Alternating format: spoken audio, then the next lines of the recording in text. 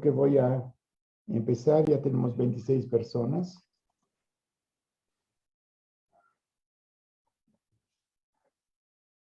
Listo. Bueno, pues buenos días a todos. Les voy a hacer una rápida introducción para los que están por primera vez en esta sesión con nosotros en este seminario. Mientras tanto, el otro ponente, que es el que va a empezar, de hecho, hace su propia conexión que está fallando. Bueno, mi nombre es Daniel Hierno, soy profesor de la Facultad de Ciencias Políticas y Sociales de la Universidad Autónoma de Querétaro. Con el doctor Jorge Gasca Salas, que van a ver en un momentito, hemos planteado hacer ese seminario como si fuera una reunión de discusión sobre diversos temas ligados a la obra de Lefebvre. Ustedes saben que la obra de Lefebvre ha adquirido un nuevo auge que se debe a la necesidad de tener un marco teórico creciente para entender la transformación del espacio en nuestra época. Y fíjese cómo el COVID en sí vino a trastornar también esto y a imponernos nuevas contingencias sobre el espacio que nos obliga a una reflexión bastante compleja para la cual no tenemos todas las bases teóricas.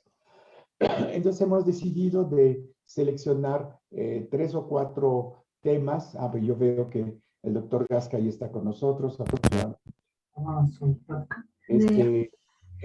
Bueno, Jorge terminó esta presentación general del seminario mientras acabas de acomodar y te pasaré la palabra. Bueno. Sí, gracias, creo que ya. Perfecto. Es su esposa. No, creo que no le sabe, quién sabe. El profe. Les pido de quitar sus micrófonos, obviamente no Jorge Gasca, para no tener ruido atrás. Bueno, le sigo comentando. Hemos decidido de hacer 4 sesiones. La primera ya pasó, fue básicamente sobre la obra de lo rural a lo urbano, pero abrimos mucho el tema porque definitivamente Lefebvre no es una persona lineal, es una persona que tenía un pensamiento que recogía lo que avanzaba y lo volvía a traducir en nuevas obras. Vimos una serie de aspectos muy interesantes, pero en esta sesión de hoy en particular hemos decidido meternos en el ladrillo más gordo, digamos, de la obra de Lefebvre en cuestiones que nos interesa desde el espacio y lo urbano regional, es el famoso libro La producción del espacio. Bien, este libro es un libro que había quedado como guardado en alguna forma porque resulta muy difícil de traducir. La versión francesa existe desde el 74 y los que hemos podido leer en ese idioma lo hemos seguido, pero finalmente no ha tenido todo el desarrollo que se podía esperar, sino hasta que se empiece a traducirlo, perdón, si logro decir, tanto en inglés como en español hace unos pocos años. De hecho, si buscan en línea, pueden encontrar la versión en español como referencia. Bien, entonces en la sesión de hoy la vamos a dividir en dos abordajes. El doctor Gasca va a tratar directamente de esta obra en particular. Por favor, cierren sus micrófonos. Gracias.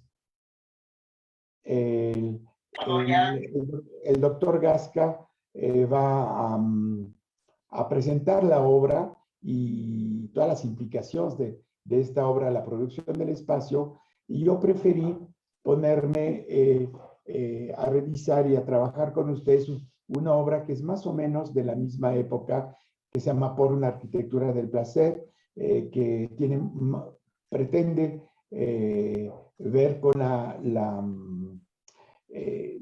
una teoría de la arquitectura relacionado con una función central de la arquitectura, es facilitar el placer. Bueno, le entraré a detalle sobre esto. Es una obra que fue inédita hasta yo creo que 2015, si bien me acuerdo, en inglés, y entonces que en alguna forma completa y hace una referencia que conecta bien con el libro La producción del espacio. Entonces nos vamos a dividir el tiempo, empieza el doctor Gasca y después yo sigo con referencias que de hecho van a conectar con lo que él habrá comentado y presentar algunos aspectos de la obra. Perdón. El doctor Gasca es filósofo, trabaja en el Instituto Politécnico Nacional en la Ciudad de México, pero también tiene formación en temas de sociología y de urbanismo, etcétera, lo que lo hace una persona idónea para trabajar la obra de Lefebvre, que de hecho se ubica en la misma situación. Muchísimas gracias por estar con nosotros. Entonces, le paso la voz al doctor Gasca.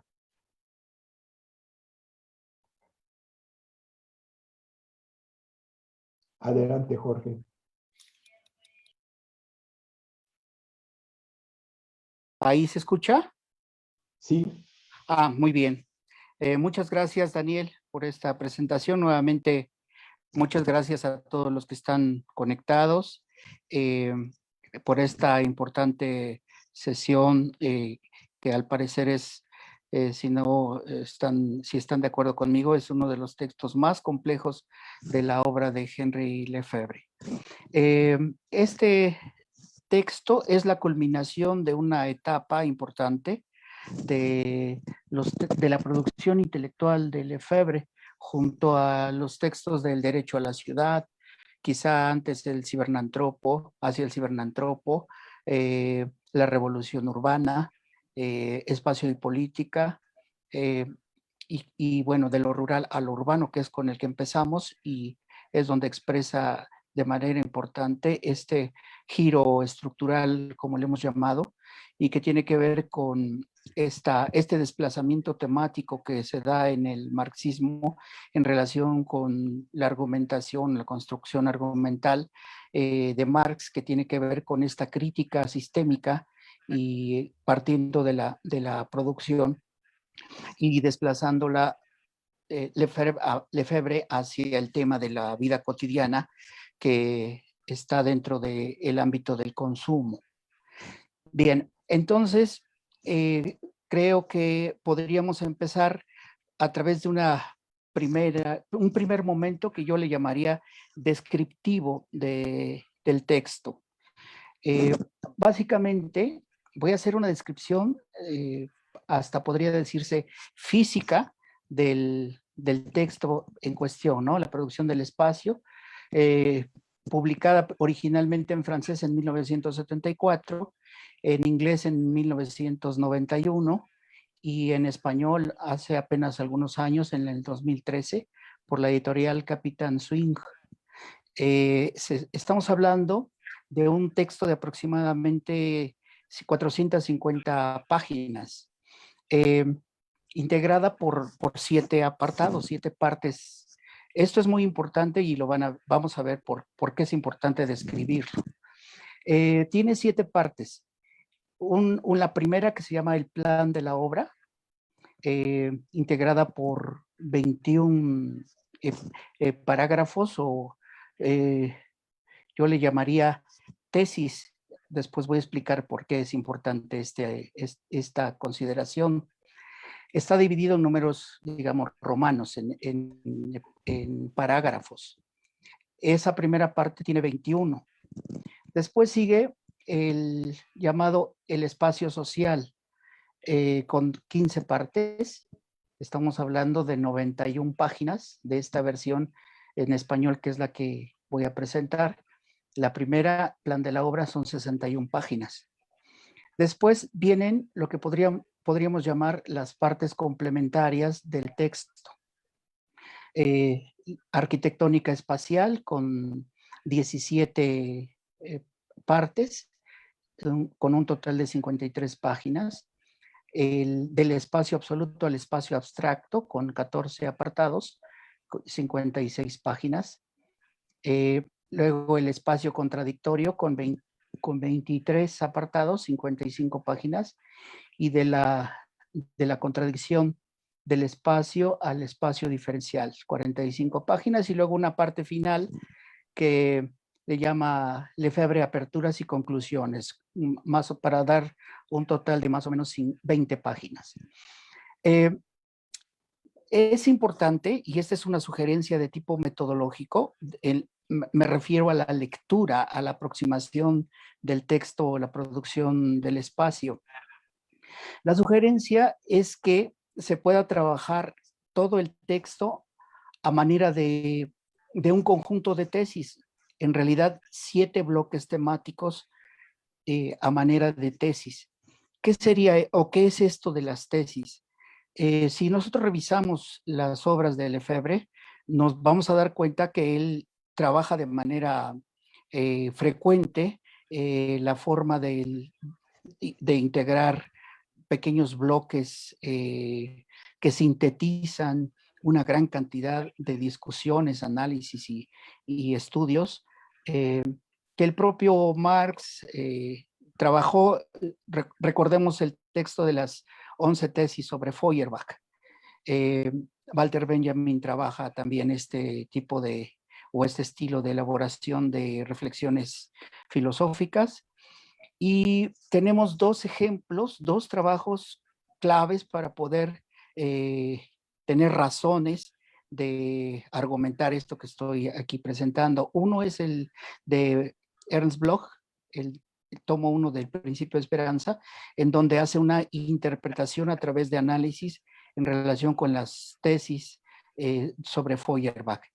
El otro ejemplo que tenemos es el de Bolívar Echeverría, cuando habla, por ejemplo, en este texto del discurso crítico de Marx, en la construcción de bloques temáticos y que son propiamente síntesis del pensamiento crítico o síntesis del pensamiento filosófico. Entonces, para Lefebvre no es ajeno el tratamiento de las tesis, lo hace también en el derecho a la ciudad al final del texto, y en esta parte que se llama tesis sobre lo urbano y el urbanismo y la ciudad. Y lo hace también de lo rural a lo urbano, que es lo que expusimos la otra ocasión, a partir de lo que se llaman las elaboraciones teóricas sobre la teoría del objeto. Entonces, cuando revisamos y entramos a la lectura de la producción del espacio, encontramos justamente esta reflexión, esta forma de trabajo. Y podríamos encontrar entonces 2 elementos o 2 partes centrales y fundamentales del libro.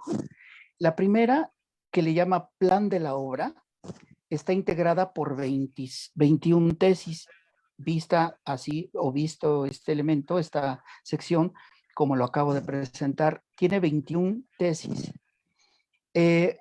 La parte, podríamos decir, fundamental que da argumento y soporte teórico a esa primera, ese punto de arranque, esa plataforma, digamos, conceptual de análisis, es lo que propiamente fundamenta el punto de vista que vamos a ver terminando esta exposición de esta primera parte, que es propiamente su fundamento, el espacio social. Bueno, entonces, vamos a ver rápidamente en qué consiste esta primera parte de la obra. El plan de la obra, entonces, tiene 21 tesis. La primera hace referencia a lo que se llama el espacio filosófico, la ciencia del espacio, que es la postura que él sostiene en relación con la filosofía y el pensamiento abstracto, científico abstracto. En segundo lugar, habla de los espacios matemáticos múltiples y que son resumidos en la siguiente tesis, en la tesis 3, el espacio mental, donde hace referencia a la epistemología y todo el pensamiento abstracto. Estos primeros elementos son propiamente la distanciación, para, si se me permite esa expresión, la toma de distancia está pintando su raya en relación con el pensamiento abstracto y filosófico, y entonces establece la posibilidad de hablar de un nivel. Quería hablarlo al final, pero se me hace que lo voy a tener que exponer de una vez.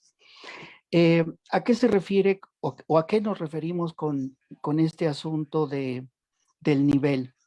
Como si revisamos trabajos como de lo rural a lo urbano, si revisamos el derecho a la ciudad, si revisamos la revolución urbana, él ya hace referencia con frecuencia respecto a los niveles y dimensiones del pensamiento abstracto. Y bueno, y entonces tendríamos que hacer referencia a un problema que está presente en el marxismo, un poco bajo una pregunta. ¿Por qué no existe en el marxismo algo así como una filosofía de la ciudad? ¿Por qué no existe el marxismo algo así como una genealogía de la ciudad? ¿Por qué con esta perspicacia y esta profundidad que les es peculiar a autores como Manuel Castells, como David Harvey, como Paulo Sica, como Leonardo Benévolo, ¿por qué no construyeron una filosofía de la ciudad? ¿Por qué no existe una ontología de la ciudad? Para responder esa pregunta necesitaríamos revisar el propio pensamiento de Marx. Hay una codificación que está presente en el pensamiento marxista en general y que tiene que ver con este asunto de la superación de la filosofía. La filosofía, dice el joven Marx de los manuscritos económico-filosóficos del 44, se supera realizándose, o sea, con la revolución. Toda contribución a la elaboración de un pensamiento filosófico es contribuir a la creación de una ideología de la realidad y es construir pensamiento burgués que no contribuye al desmantelamiento de todas las filosofías. Este es un problema que lo encontramos de manera clara en el pensamiento marxista. ¿Qué es lo que dice, por ejemplo, Adorno en su dialéctica negativa? Dice, la filosofía sigue vigente porque se dejó pasar el tiempo de su realización. Y justamente esta argumentación da lugar a que un conjunto de pensadores realicen entonces aproximaciones de tipo filosófico, desde el propio Marcuse, que fue dirigido por Heidegger.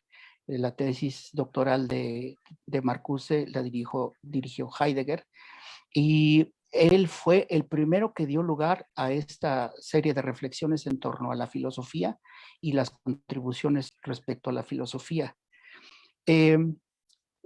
Hacer filosofía no es del interés de un cierto tipo de marxismo con resonancias aún dogmáticas y con visos de adoctrinamiento.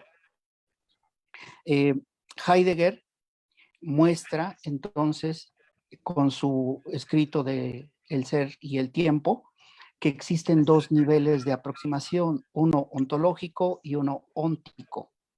El ontológico es el nivel más abstracto de los conceptos y el óntico es el nivel, podríamos decir, a ras del suelo, el que emplea Marx cuando habla, por ejemplo, de la producción en general y de las categorías de la economía política.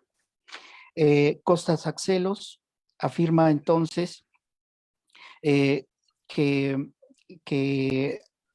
Heidegger tuvo conocimiento de los trabajos de Marx, de esta manera, o más bien gracias a esta relación que tuvo con Landshut, que es uno de los traductores de los organizadores de la publicación de los manuscritos económico-filosóficos del 44, y que tradujo precisamente Lefebvre en 1933, 32, 33. Como sabemos, a través de Remy Hess, su biógrafo, Lefebvre no tenía ningún problema de leer en alemán y fue precisamente uno de los traductores de la obra de Marx en 1932. Lefebvre conocía perfectamente las publicaciones de Heidegger y de la misma forma Heidegger, de manera, digamos, podría decirse casi clandestina, leía las publicaciones de los marxistas y en este caso del propio Marx en 1932. Entonces, este nivel al que estamos haciendo referencia, el nivel ontológico, es algo así como un código no asumido por el marxismo. Y Lefebvre no es ajeno a ese punto de vista y tampoco a esa negación de hacer una filosofía de la ciudad o una ontología de la ciudad o del espacio. Dos evidencias más. Si revisamos el libro de El derecho a la ciudad, en los primeros capítulos vemos un apartado que se llama La filosofía y la ciudad, y un poco más adelante otro apartado que se llama la filosofía de la ciudad e ideología urbanística.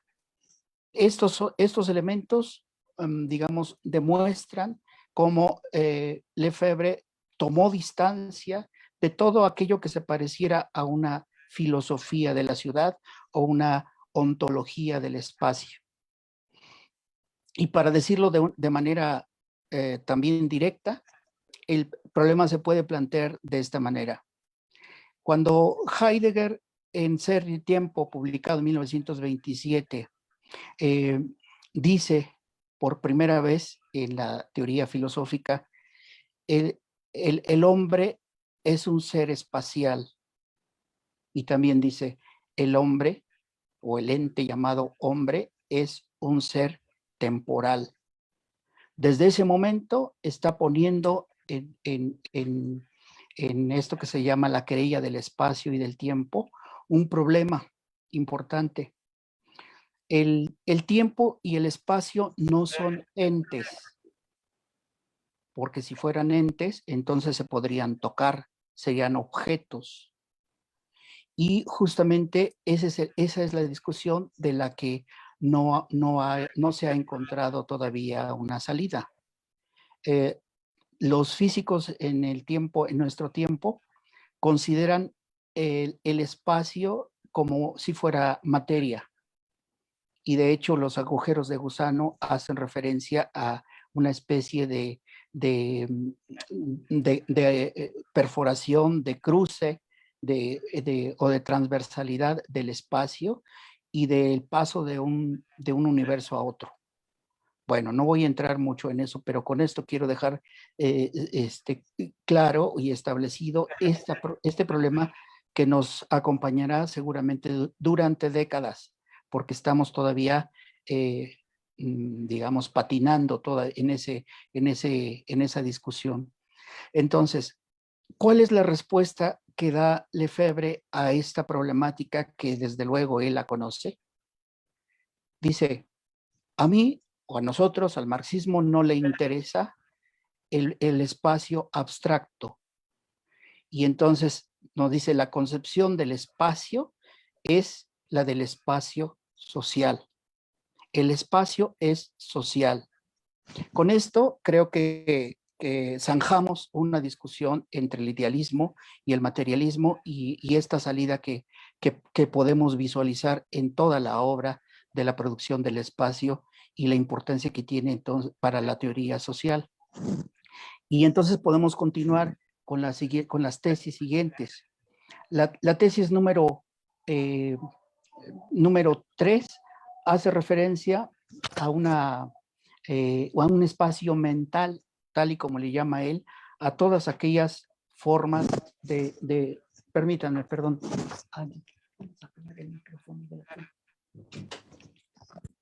Disculpen, es que estoy escuchando un eco por allá en otra computadora.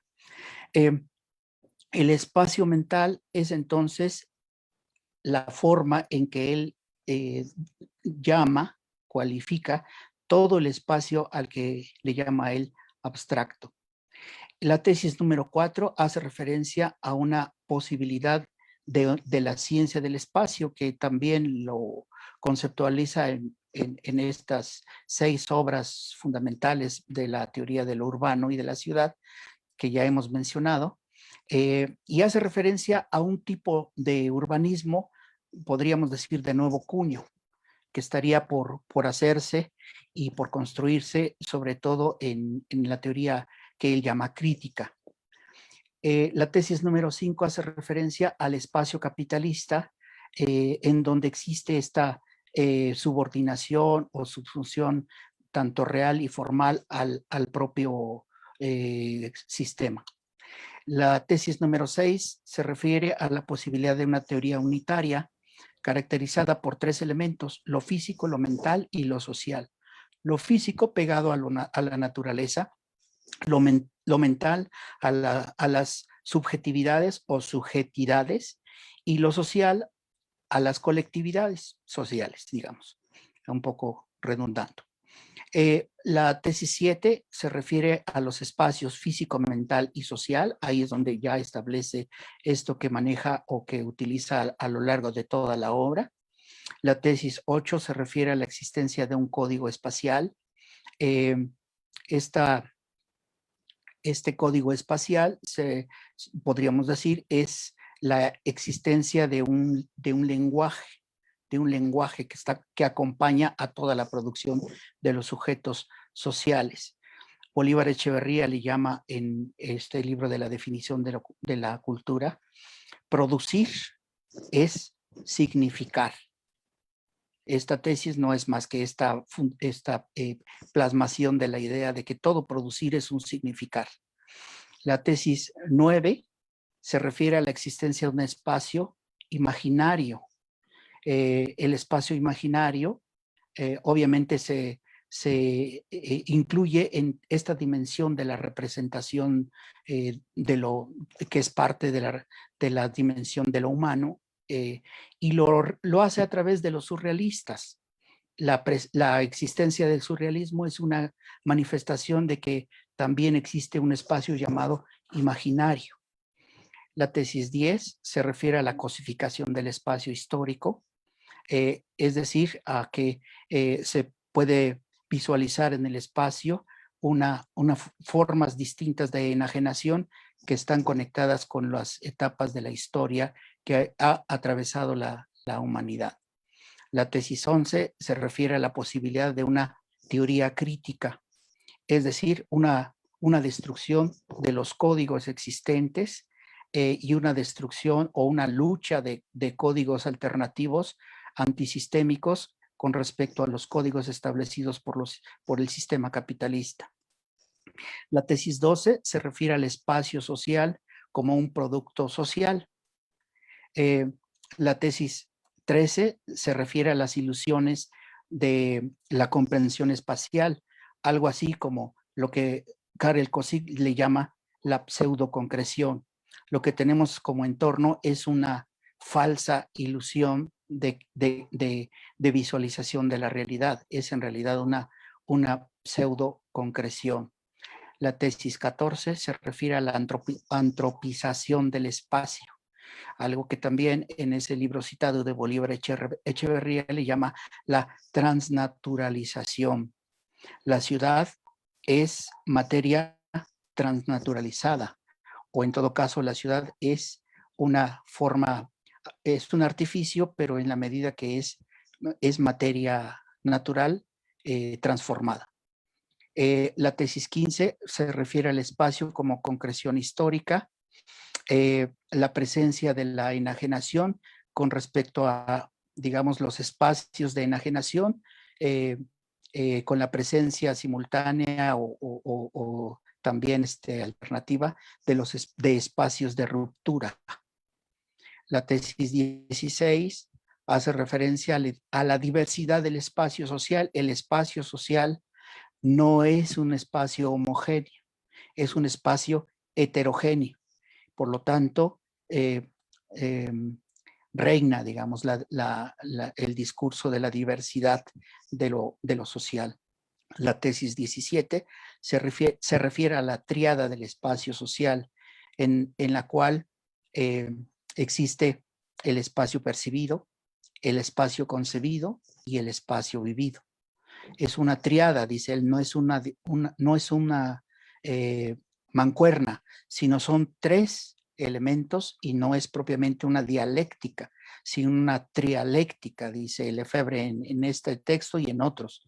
Se refiere entonces a la presencia de un proceso, un movimiento, en donde se incluyen estas, podríamos decir, tres manifestaciones de lo humano: lo que percibe, lo que concibe y lo que vive.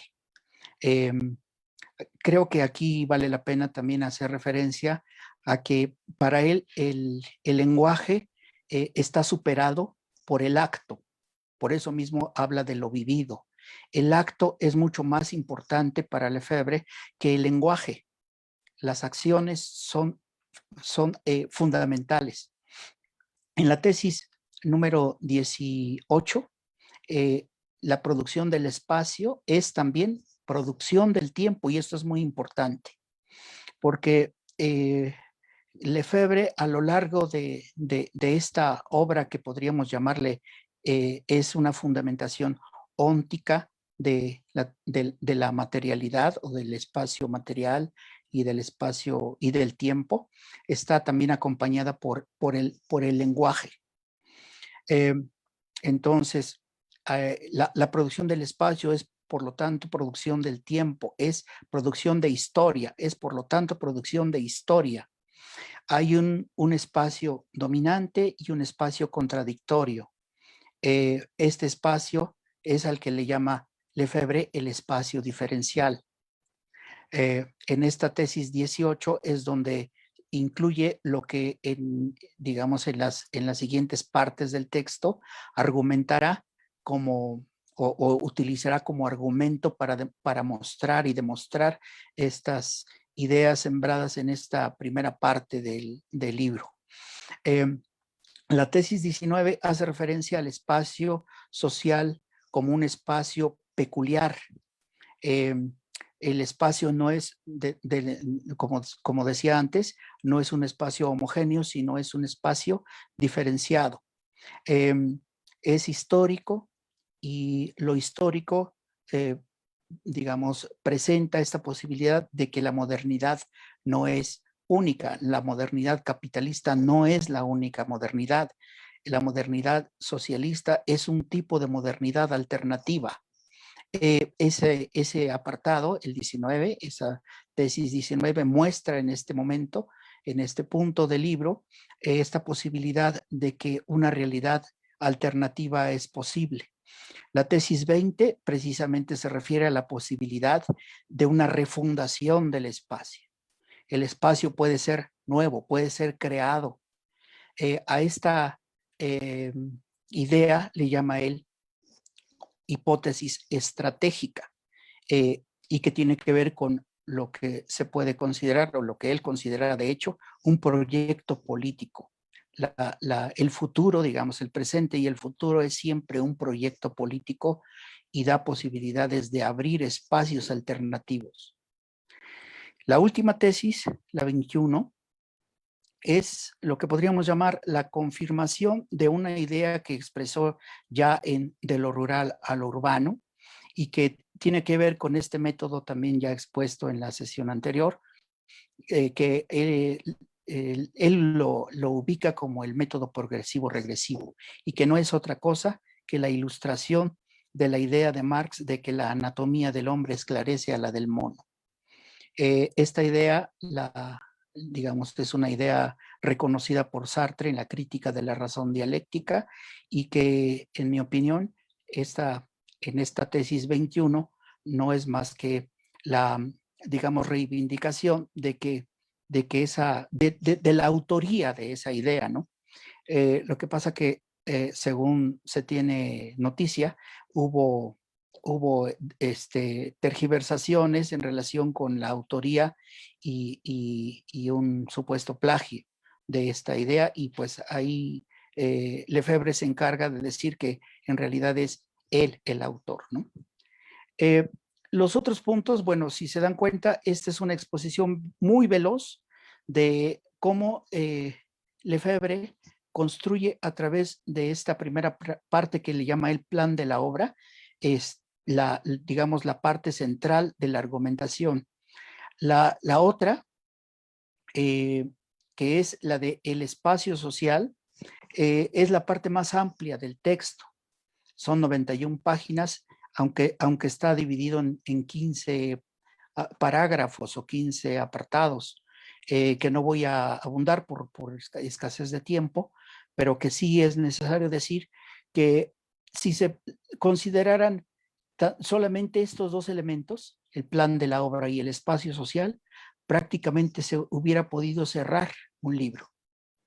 Se hubiera integrado ya con esos dos apartados un libro completo con toda la argumentación de estas ideas centrales, digamos de manera modesta, ¿no? Sin embargo, utiliza el resto de los apartados, me refiero a la arquitectónica espacial, del espacio absoluto al espacio abstracto, el espacio contradictorio y de la contradicción del espacio al espacio diferencial. Esos elementos son en realidad, podríamos llamarle nutrientes, ¿no? Son elementos que enriquecen lo que ya se sembró en estos 21 apartados que integran lo que se conoce como el plan de la obra. Iría a un segundo momento, un poco respondiendo o tratando de responder lo que se anuncia en el título de esta sesión: relevancia de la producción del espacio en la teoría social. La pregunta es, ¿por qué es relevante la producción del espacio? Confirmaría parte de lo que ya expuse. Entonces dice, porque solventa la ausencia, es decir, llena considerablemente el hueco de una ontología marxista del espacio. Por eso es importante.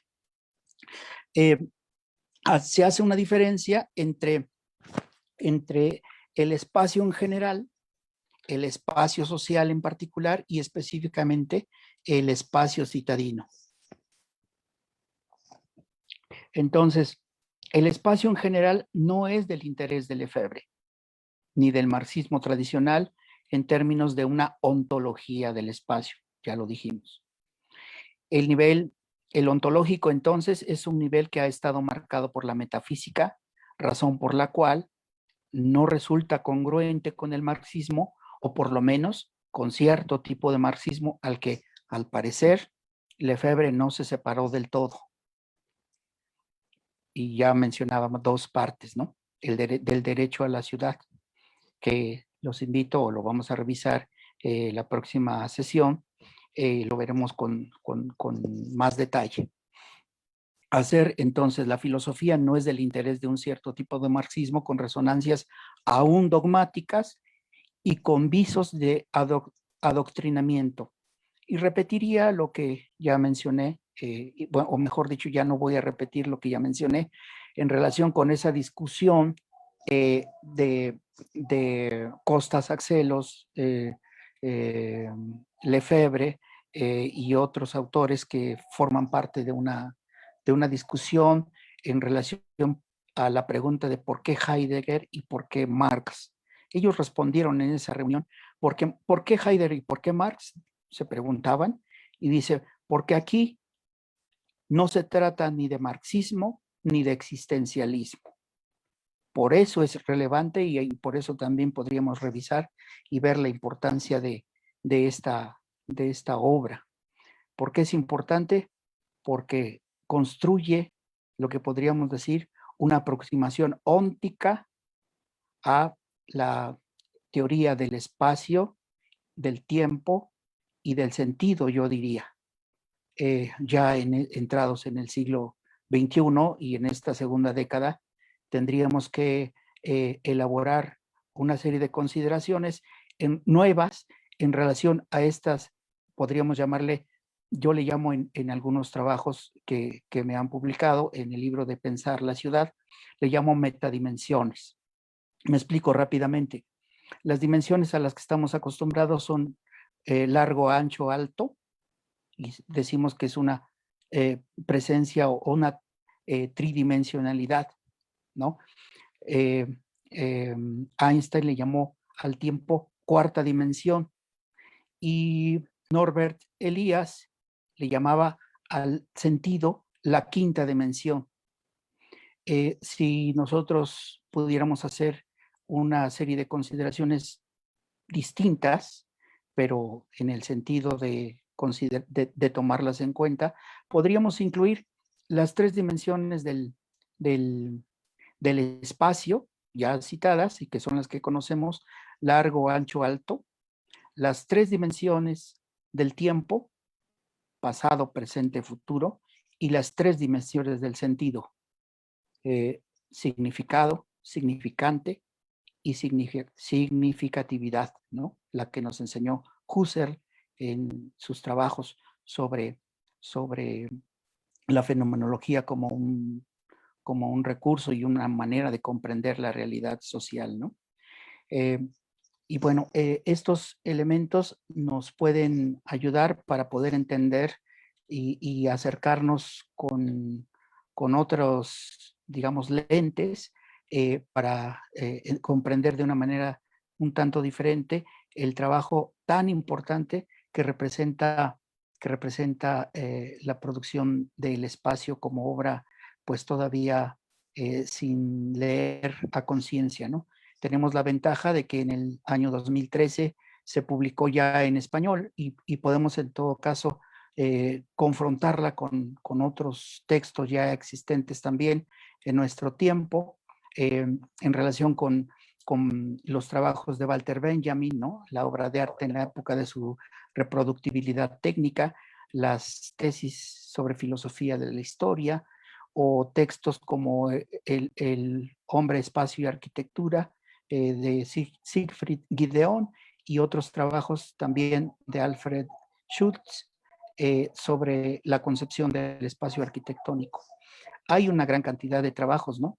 Los del propio Humberto Eco sobre los códigos en arquitectura eh, eh, y otros trabajos relacionados con el ejercicio de la lectura de la ciudad, que ya desde Kevin Lynch hasta nuestros días se han elaborado trabajos importantes y la semiótica o la semiología ha progresado enormemente y ha contribuido a esto que dejó sembrado Lefebvre prácticamente en todos sus libros sobre la teoría de lo urbano y que creo yo que lo deja expuesto sobre todo en este texto de la producción del espacio, esta dimensión que ya no puede separarse digamos, de las dimensiones físicas, espacio-tiempo. Entonces, es necesario leerlo y elaborar o hacer nuevas elaboraciones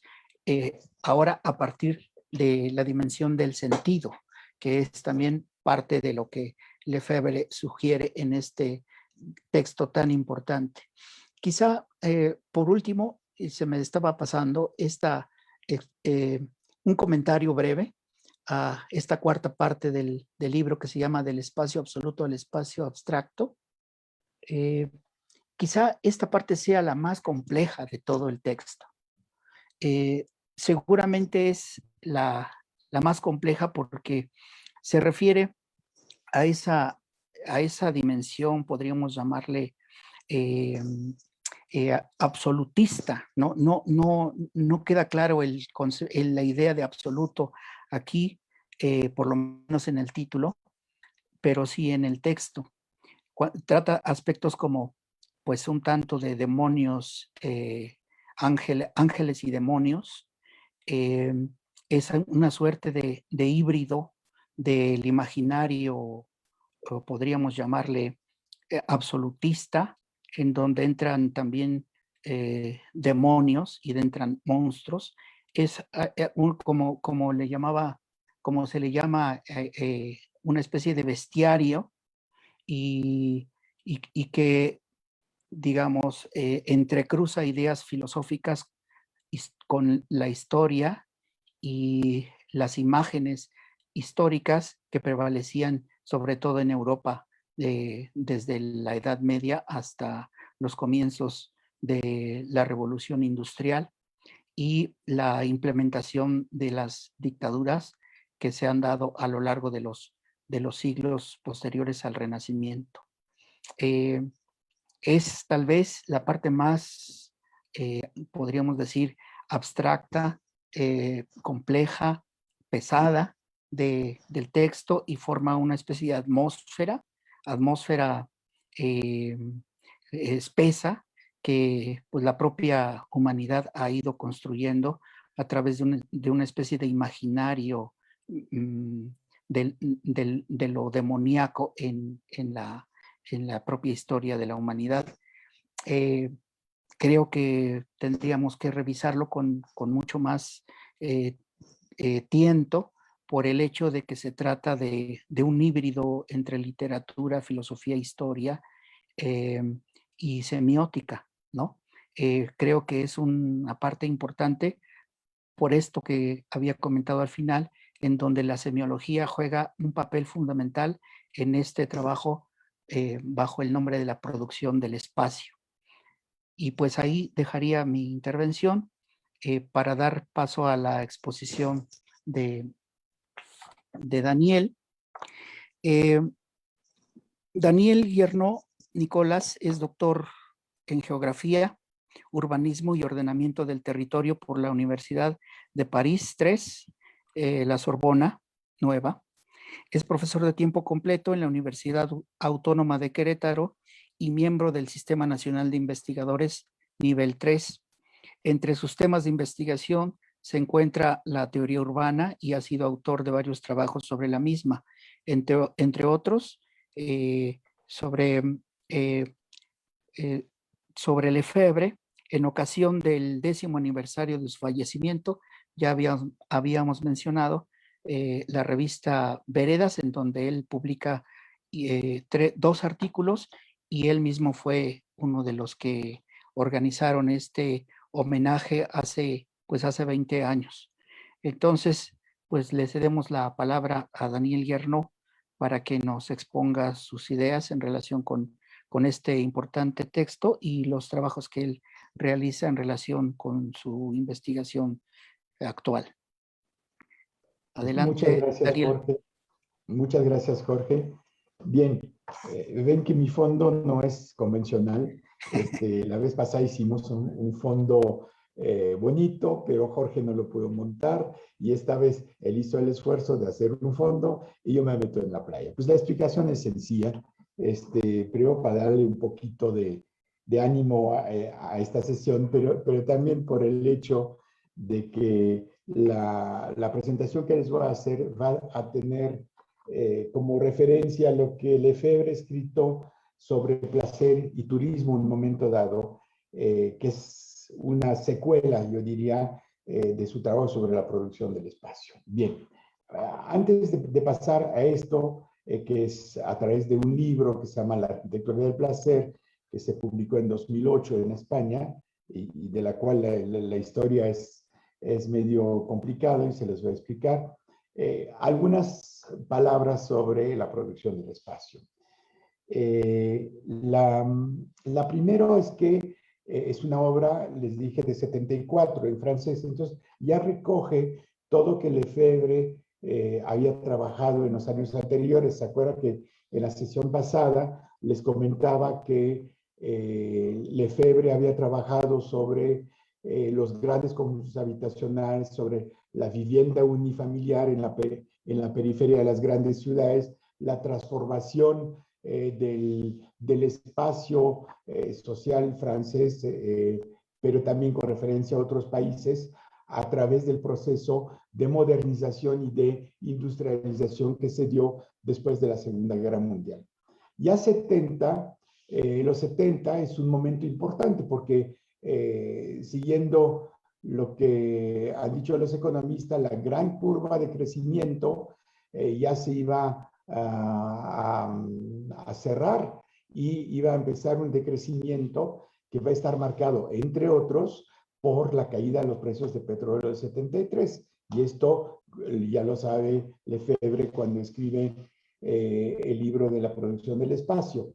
Entonces, ya viene además algo que él señaló desde sus primeros textos, es que aparte de la dialéctica campo-ciudad, hay que tomar en cuenta la presencia de lo que él llama lo urbano, es decir, lo que es relacionable con un conjunto de comportamientos urbanos, pero que no son forzosamente relacionados con la ciudad. Y ahí entra justamente todo la transformación radical del espacio que ha generado el capitalismo en esas 3 décadas que en Francia los llaman las 30 gloriosas, porque refería a una época de crecimiento, inclusive muchas ventajas sociales.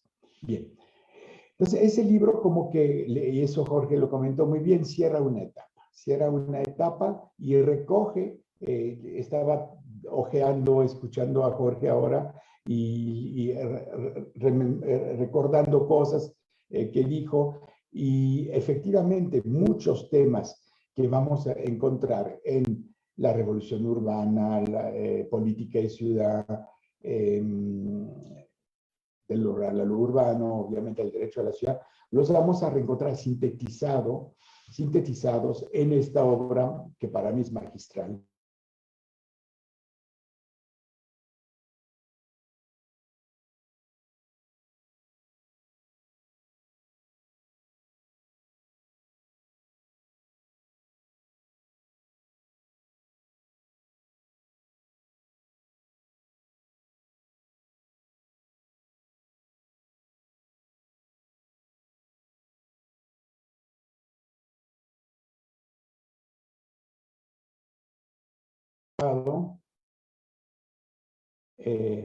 Bueno, a ver, sigo, espero que me vean bien y me oigan. Les decía, ya en 2006, cuando yo estaba negociando 2005 con la editorial Antropos para la publicación del Tratado de Geografía Humana, que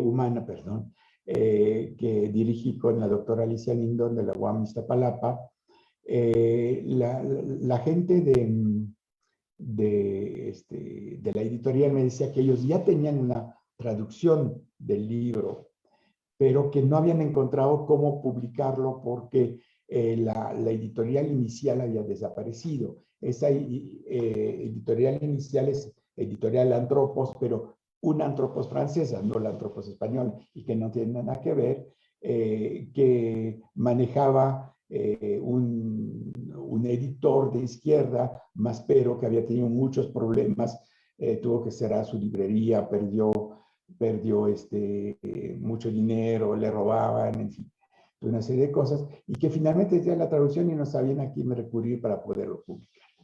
Y finalmente es del lado anglosajón que ganaron la batalla y lo publicaron antes, y se tardó muchísimo en publicar en español, y fue justamente por esa editorial que se llama Capitán Swing. Mi primera inquietud es que el título de este enorme como prefacio o inicio o presentación del libro en francés se llama Dessin de l'ouvrage. Y dessin con doble S, E, I, N en francés no quiere decir plan de la obra, como lo da la traducción española, sino propósito de la obra. ¿Por qué se ha hecho? ¿Qué es lo finalmente, como muy bien lo explicó Jorge Gasca, son las tesis que va a defender el autor y lo va a hacer a través de esas casi 500 páginas, ¿no? Entonces, realmente, si es una introducción, vaya, son 80, en mi versión acá, le voy a decir exactamente, llega a 81 páginas. Jorge hablaba de 60, es cuestión de tamaño de letra seguramente, ¿no? Ya de por sí es una lectura formidable. y una lectura muy sintética y con toda la terminología y la forma de escribir de Lefebvre en ese tipo de obras, no en todas, es a veces complicado de traducir.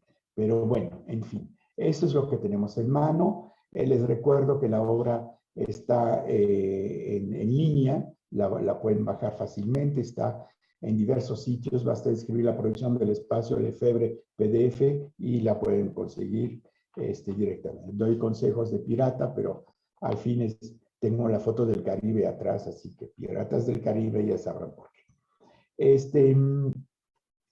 Lo que nota Lefebvre desde un principio, y eso me parece muy importante, es que la urbanización de la sociedad, lo cito, siempre va acompañada de un deterioro de la vida urbana.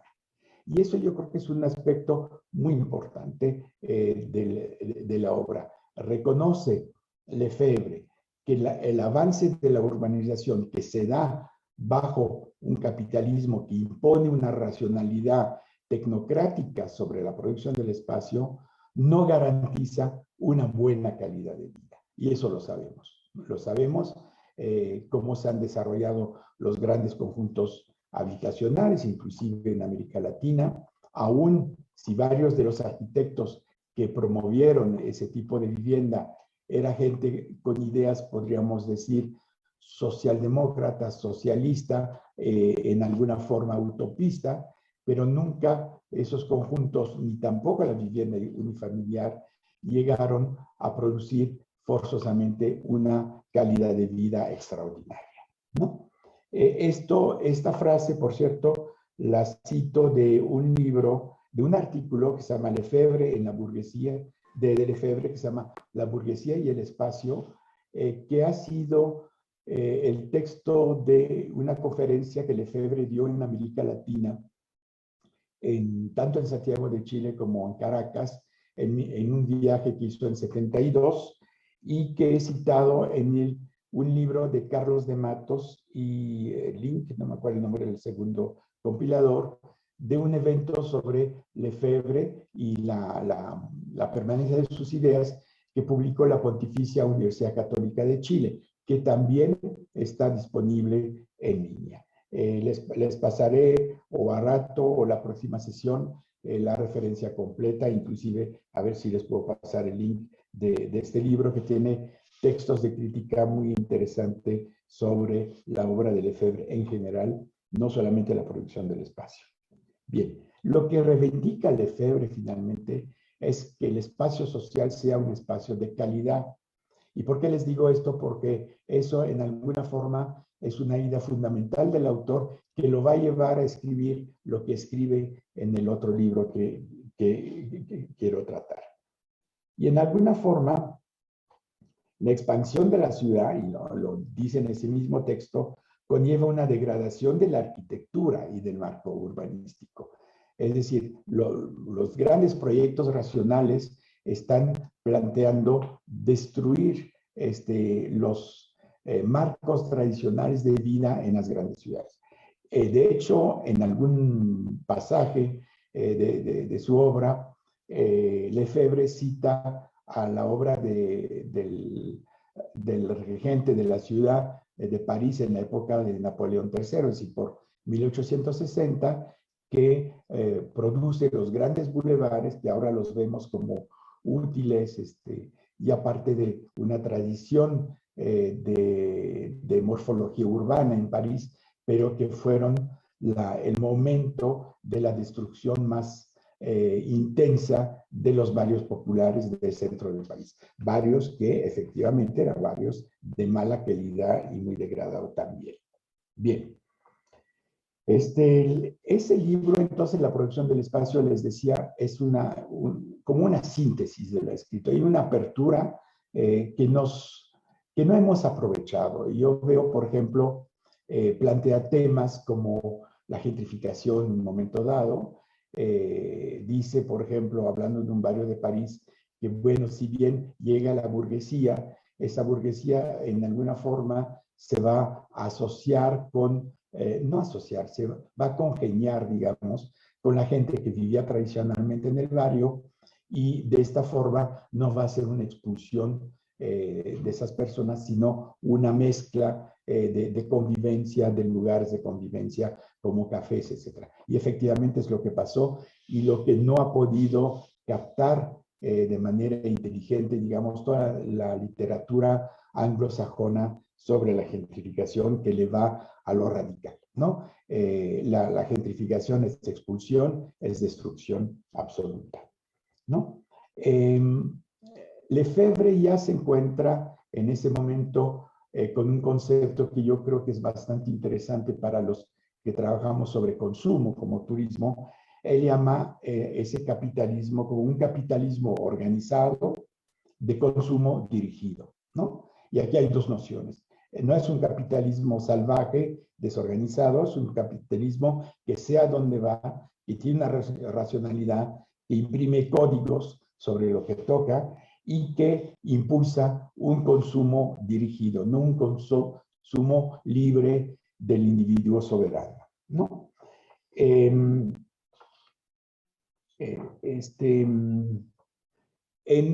libro, La producción del espacio, finalmente Lefebvre habla muy poco de turismo y de ocio. Yo pensaba encontrar más cosas, que había encontrado más temas, pero la verdad que no. Porque habla de una forma más general de esa transformación del espacio. Hace una cita importante en un momento dado cuando menciona que el contorno del Mediterráneo en esos años de crecimiento intensivo del turismo se ha vuelto el espacio de ocio de la población trabajadora del el norte de Europa, del norte industrial, Francia, Alemania, Inglaterra, etc.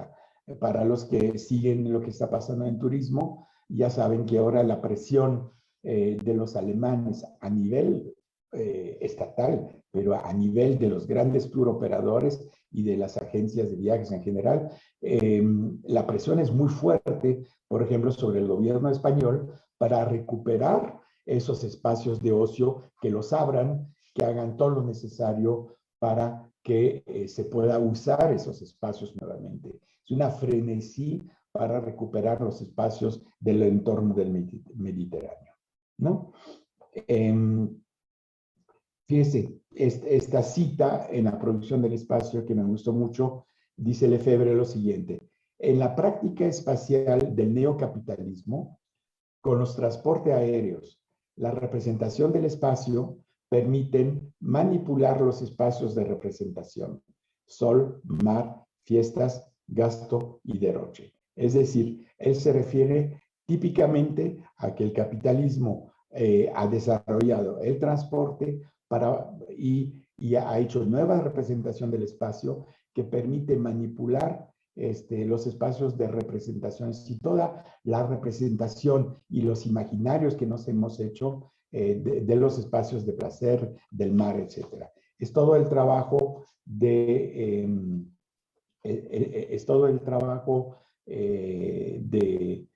sobre los imaginarios turísticos que he aprendido, que he iniciado a lo más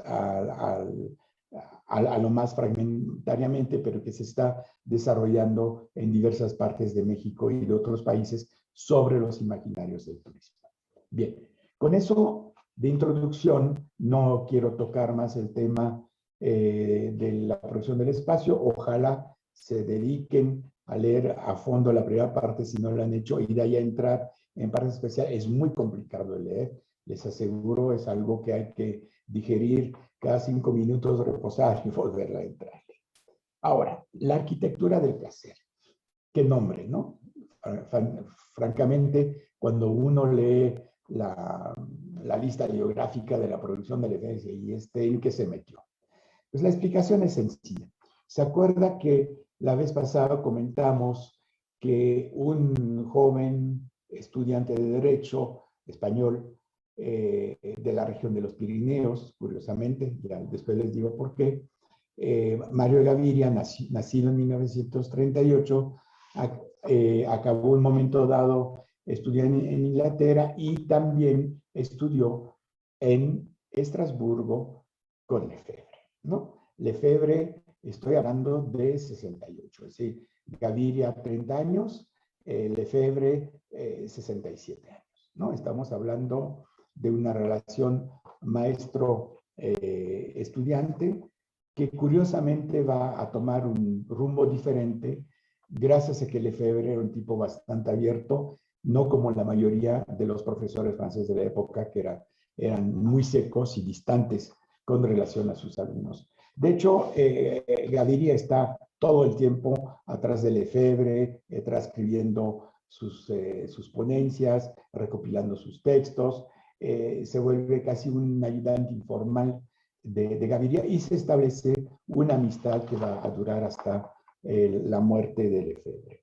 Gaviria es realmente un alumno asiduo. Se les dije la vez pasada que él fue quien recopiló los textos que están en De lo rural y lo urbano y contribuyó a otras obras en ese sentido. Les decía, importante que haya nacido al sur de los Pirineos, en Costes,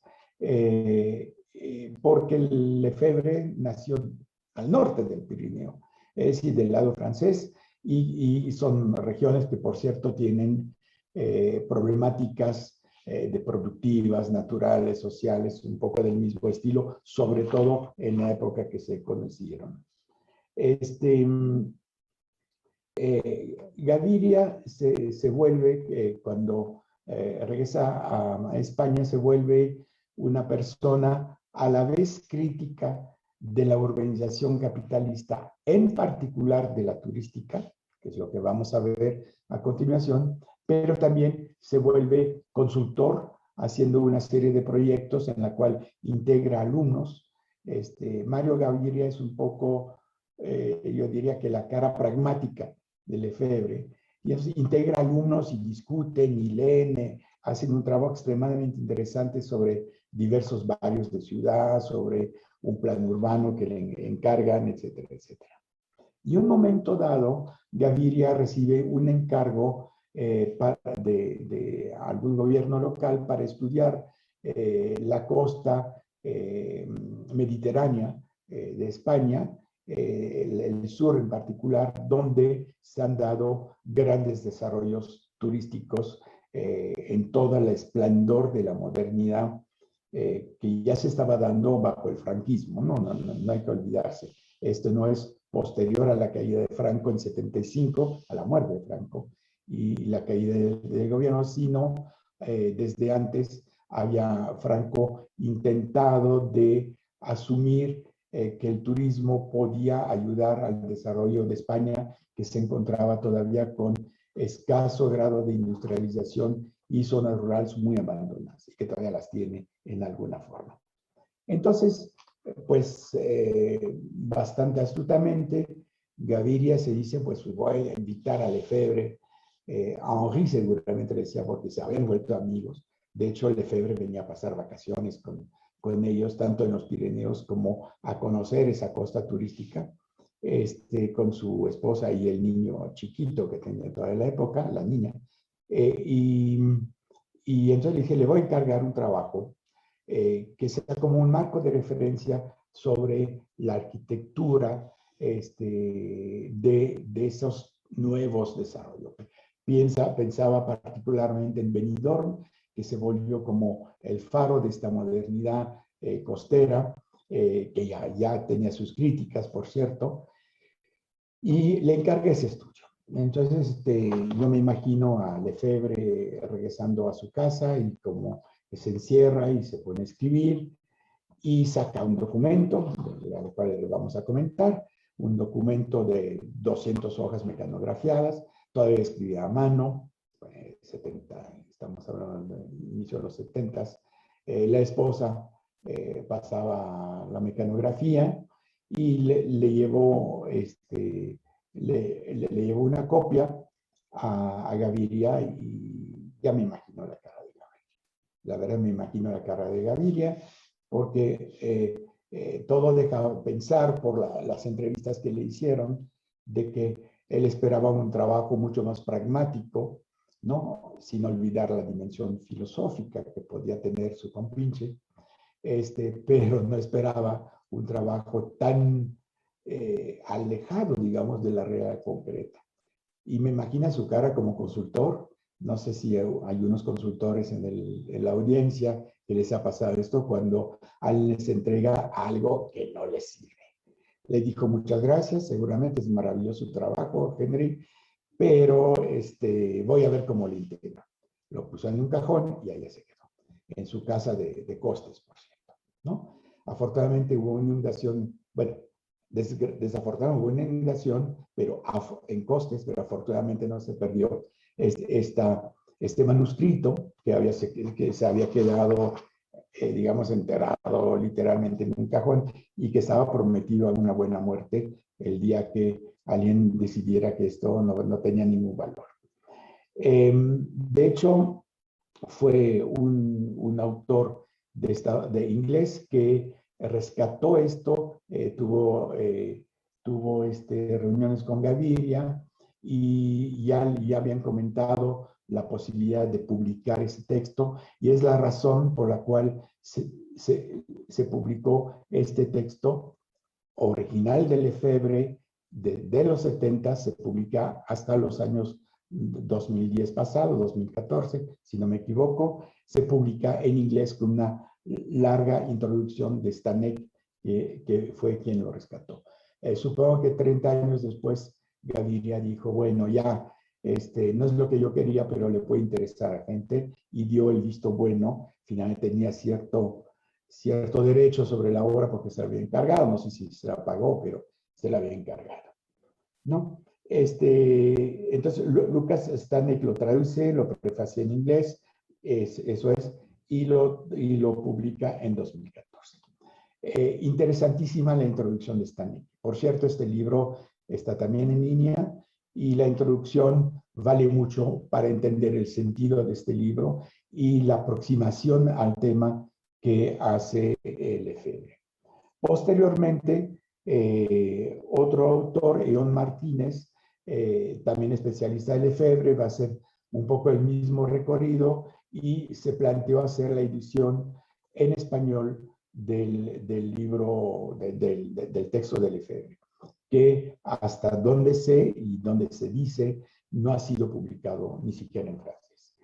Entonces, Eón Martínez hace una brillante introducción, me gustó mucho, muy fina, en la cual rescata muchos elementos de entrevistas que también él hizo a la par de Stanek, pero años después, a Mario Gaviria. Y de hecho iban a firmar un texto introductorio juntos, pero Gaviria muere en 2018, poco antes de la posibilidad de publicar, y finalmente bueno, toda la responsabilidad recargue sobre Eón Martínez, ¿no? Primera cosa, yo recomiendo entrar a esta obra, si la quieren leer, a través de las dos introducciones. Se repiten en parte, porque al final son los mismos elementos y hay 4 años de distancia, así que el conocimiento no había cambiado mucho sobre lo que había pasado, pero aportan lecturas de cualquier forma un poco diferente, y sobre todo Eón Martínez también nos sitúa muy bien a Mario Gaviria, que Mario Gaviria es probablemente, no, seguramente más bien dicho, uno de los iniciadores de un análisis crítico del turismo en el caso hispanoparlante, ¿no? Bien. Aquí hay una primera cosa. Lefebvre intenta en esta obra acercarse a la arquitecta del placer, pero lo dice muy claramente que lo que va a hacer es que va a cortar ramas de lo que rebasa el nivel básico de la temática. Quizás lo expreso demasiado sencillo. Lo que quiero decir es lo siguiente: no se va a meter a analizar el modo de producción capitalista, las relaciones de producción, etc. Corta. Y se justifica. Dice que necesita atender en específico la temática del placer y de la arquitectura y no volver a remontar a todo lo que finalmente está en la producción del espacio. Por eso decía, ese libro es en alguna forma, no totalmente y no voluntario quizás, un aterrizaje de lo que hizo Lefebvre en la producción del espacio, ¿no?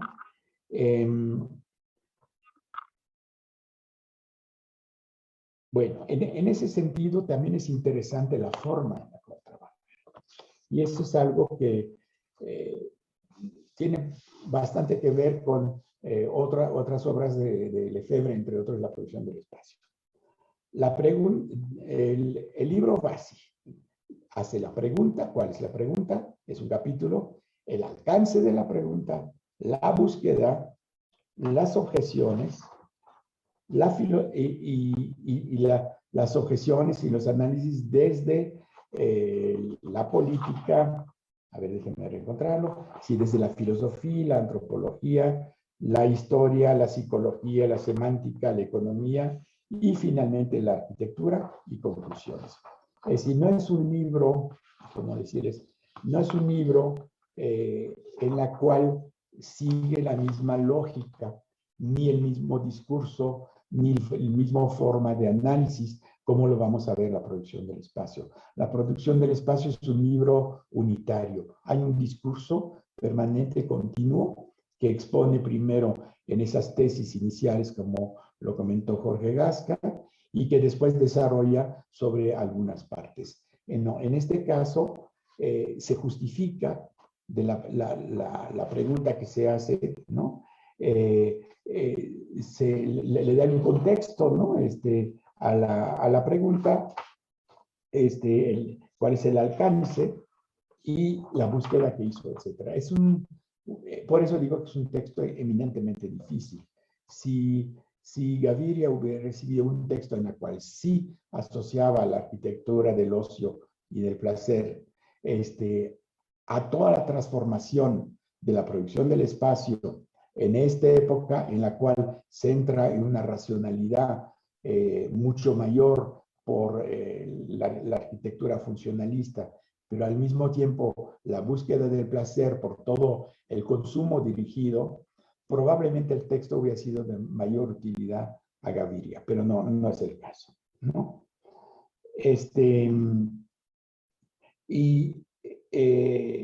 La pregunta que se hace es decir, bueno, ¿dónde situar la arquitectura? La arquitectura es la producción del espacio a un cierto nivel, que puede ir desde el mobiliario urbano hasta los jardines y parques e inclusive el paisaje. Esto incluye, por tanto, el aspecto urbanístico y de planificación espacial llamado comúnmente ordenamiento o planificación del territorio. Entonces, aclaración. No está hablando solamente de la edificación, de la arquitectura que edificia, que construye, que proyecta edificios, ¿no? Por una parte, sino de una producción a cierta escala que incluye los espacios públicos. Cuando habla de jardines, parques, etcétera, de paisaje, eso es lo que incluye. Pero excluye, cuando dice al aspecto urbanístico, no se refiere al pequeño urbanismo de trazado, de morfología, sino a la concepción global de la ciudad, por una parte, y a todo lo que remite a la planificación del territorio y el ordenamiento del territorio. Esa es una escala mayor, digamos. Él se remite a esa arquitectura que da forma y da sentido al espacio vivido, para decirlo en alguna forma. Y no quiere hablar del poder, del modo de producción, del capital, como le he dicho, ¿no? Y esa arquitectura, pues, tiene obviamente que ver con el tema del habitar y que él llama el orden cercano, ¿no? Él no va a tratar la utopía, el orden lejano, la gran producción capitalista, sino el orden cercano. Es el orden de la vida cotidiana, obviamente. Se remite a, cito, la experiencia vital que supone lo sensorial y lo sensual, el dolor y el placer, la angustia y la alegría. De antemano les hago una anotación. Fíjese cómo la literatura actual trata mucho el tema de la experiencia, de las sensaciones, de las emociones, etc. En este texto, Lefebvre se acerca o preconiza, digamos, un análisis en la cual esas dimensiones que tienen que ver con placer, con corporalidad, con sensualidad, pueden estar integrados, lo que no se hacía en absoluto en su época, ¿no? Si bien había textos como los que señaló Jorge Gasca sobre el conocimiento de la ciudad, etcétera, no había una corriente, ¿no? Que realmente se metiera a esa dimensión, salvo quizás un poco Bachelard. De hecho, también encontré en el libro de la poética del espacio que antes de Yi-Fu Tuan, Lefebvre hablaba de topofilia, ¿no? Y eso es interesante saberlo. Finalmente, los conceptos no son de una sola persona, sino que se introducen dentro del vocabulario desde varias fuentes. De hecho, Bachelard también habla de topofilia un momento dado, ¿no? Y la pregunta que se hace, ¿no? La pregunta que se hace a partir de esto, Lefebvre, es la siguiente. ¿Podemos encontrar una arquitectura consagrada a la vida, a la felicidad, a la voluptuosidad, a la alegría? Entonces, una arquitectura del placer, esa es su pregunta fundamental, ¿no? Él dice que finalmente lo que ha observado es que de monumento, ¿no? Una construcción monumental, no forzada por tamaño, sino por algo que tenga un sentido estético, estamos pasando a un edificio. Y un edificio puede ser un cuartel militar, como puede ser un campo de concentración, como puede ser una escuela, y a veces no podemos distinguir mucho uno del otro, por cierto. Dice, el monumento era portador de sentido, el edificio solo tiene un solo sentido, ¿no? La destrucción del sentido, por ejemplo, del habitar, no está suplida por nada. El edificio es pobre de sentido, no aporta nada, ¿no? Y eso cabe decir que es la calificación que podemos hacer a la mayor parte de la arquitectura actual, aún la que se quiere monumental, grandiosa, de torres altas o de rimbombancias formales, ¿no? Bien, entonces, dice, en la casa de la pregunta dice, ojo, de cualquier forma, la arquitectura que viene del poder, palacios y castillos, también tiene signos portadores de un poder que demuestra un poder, una capacidad de hacer las cosas, un sentido defensivo a veces, un sentido arrogante, pero no tiene ni alegría, ni felicidad, ni voluptuosidad, si lo puedo decir. Entonces, él plantea de que se podría pensar en una nueva utopía, un nuevo imaginario de las formas arquitectónicas a través de la producción de utopías urbanas y arquitectónicas. Por ejemplo, enfrentando la voluntad de poder que se manifiesta en la arquitectura actual, ¿no? Entonces, ¿qué es la búsqueda que debería hacerse con esta arquitectura? Es una búsqueda del cuerpo.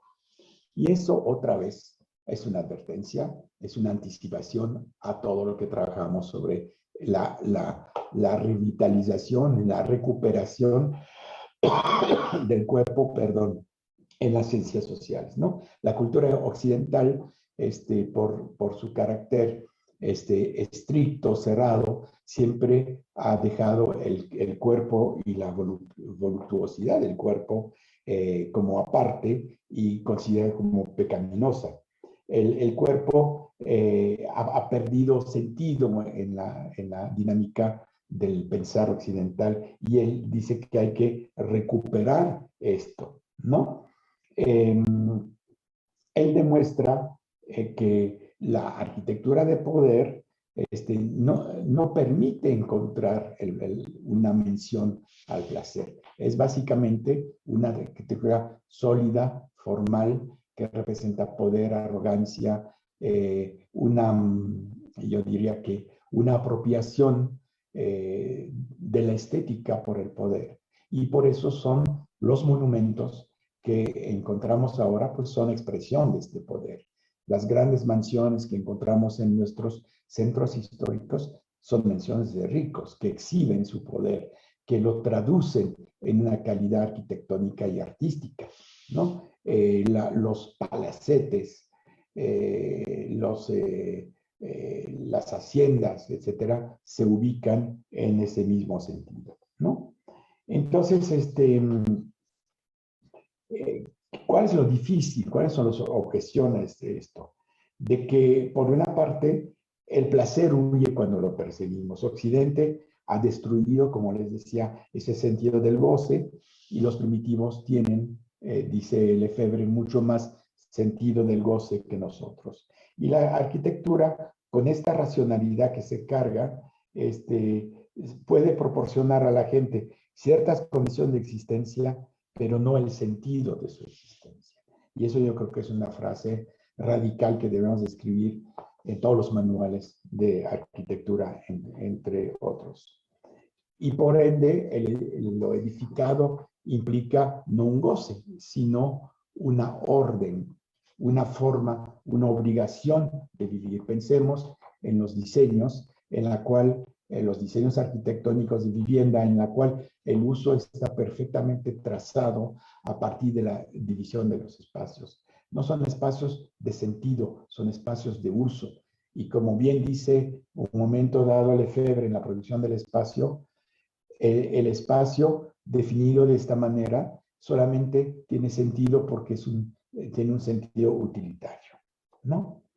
Y luego va a entrar, y eso sí no va a entrar en detalle porque es interminable, y es todo el recorrido mental que hace Lefebvre, va a hablar qué aporta la filosofía a los conceptos de placer. Y aquí viene también todo un problema semántico y de diversas palabras que apuntan prácticamente al mismo sin ser lo mismo, ¿no? El disfrute, el placer, el gusto, la felicidad, etcétera, ¿no? Cita, entre otros, eso me gustó, del filósofo Arístipo, que conocemos indirectamente, pero por Epicuro, considera que el placer era el máximo de los bienes. Frente a una sociedad de consumo en la cual es el bien material, o el capital, que es el bien máximo, la filosofía nos hace ver que el placer y la felicidad son elementos centrales en la vida. Y así recorre la antropología, la historia. Lefebvre fue un gran lector de Lewis Mumford, la historia de las ciudades y la cultura de las ciudades, etcétera. Y él apela a que tenemos que hacer una historia del espacio, entre otros, del espacio del placer, ¿no? Y finalmente dice, bueno, lo que tenemos ahora es una arquitectura del ocio que es un simulacro del placer. Finalmente, no contiene el placer, ofrece la posibilidad del placer, ¿no? Creando lo que él llama un entorno prometedor. Es decir, el diseño arquitectónico o el diseño del urbanismo de proximidad, de cercanía, como él decía, el paisaje es prometedor de placer, prometedor de felicidad, pero no forzosamente la contiene. Esto no se puede meter dentro de un producto arquitectónico y por ende no se puede cobrar. Se puede cobrar la promesa, ¿no? Y eso lo vemos en los centros turísticos, la calidad de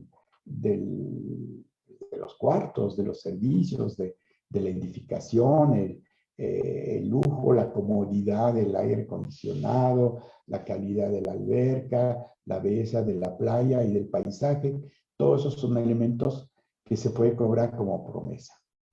Pero si alguien llega peleado con la esposa o en situaciones laborales, profesionales complejas, pues evidentemente no va a conseguir la felicidad porque le ponen ese entorno o este lugar de habitar transitoriamente a su dimensión.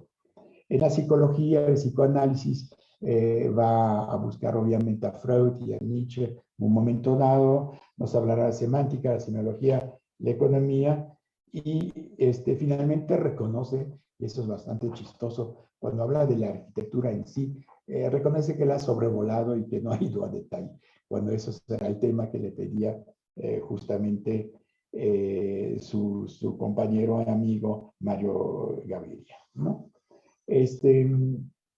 Dice, pues sí hubo, si revisamos la arquitectura en el pasado, pues el que inventó la posibilidad de bañarse, la tina, etcétera, pues inventó algo que sí produce placer. Si pensamos al Taj Mahal, que refleja una arquitectura que refleja el amor, la felicidad de la pareja. Hay muchos templos hindús que ofrecen escenas eróticas y llaman a esto. Bueno, en fin, hay el sauna, el baño turco, hay diversas aportaciones de objetos o espacios, de microespacios, adaptados para lograr el placer, la felicidad, el disfrute, el goce, como lo queríamos llamar. Bien.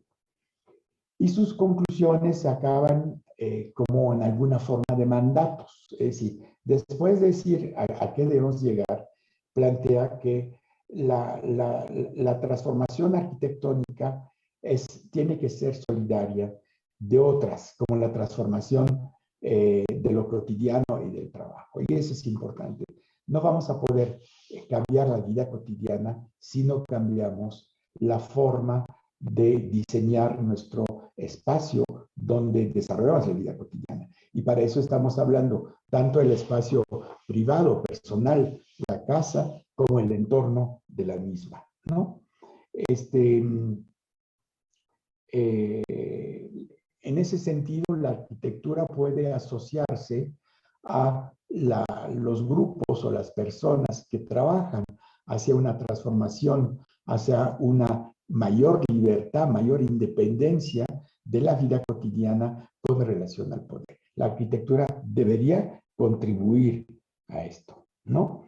Y, sin embargo, el espacio es irreductible. Siempre vamos a encontrar manifestación de placer y manifestación de violencia, ¿sí? Y yo estoy pensando de repente algunas manifestaciones tranquilas que se desarrollan en un ambiente donde hasta hay música, etcétera, que de repente es interrumpida por una irrupción de la violencia policíaca, ¿no?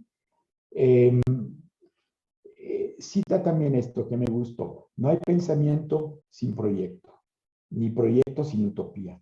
La utopía es presente en toda realización, no es solo imaginario. Y aquí hay que recordar que hay arquitectos que pensaron utopías, pero hay utopías positivas y negativas. Pensamos Le Corbusier, en su voluntad de racionalizar el espacio, había planteado tan tranquilamente de arrasar París y de construir grandes torres sobre París.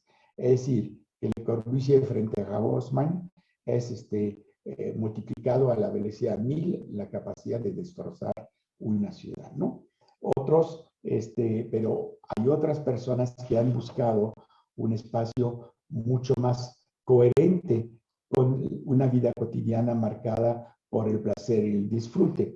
Estoy pensando, por ejemplo, y lo cita a Nieuwenhuis, que es un arquitecto holandés de los 60s, que trató probablemente Lefebvre, porque Nieuwenhuis era parte del grupo de los situacionistas que ya comenté en la sesión anterior. Y si bien se peleó con Debord, la componente arquitectónica de diseño de espacio que venía en